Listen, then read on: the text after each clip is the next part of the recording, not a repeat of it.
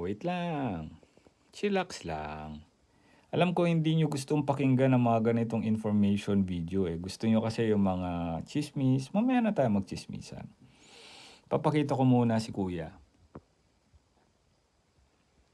Sino naman yan? Story naman pinapakita mo bali o ano naman ngayon? Siya po ay isang flight attendant.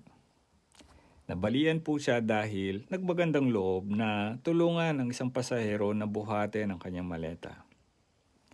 Ending, pinagamot ba siya ng pasahero? Mga minamahal na OFW, alam naman natin to. Tanggalin, huwag na tayo makipagplastikan at magbalat sibuyas. Minsan ino-over niyo yung maleta niyo. Okay lang, kung over mo, bayaran mo, pera mo naman yan. Tama hindi, pera mo yan, wala naman tayong pakialam dun eh. Pero, number one rule, never expect that the flight attendants or cabin crew will lift your own baggage. Never expect. Hindi nila trabaho yan. A-assist ka nila, okay, pero ikaw ang magbuhat niyan.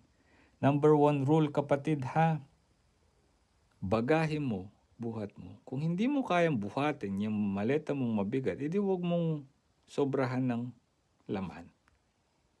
Paano ka banding?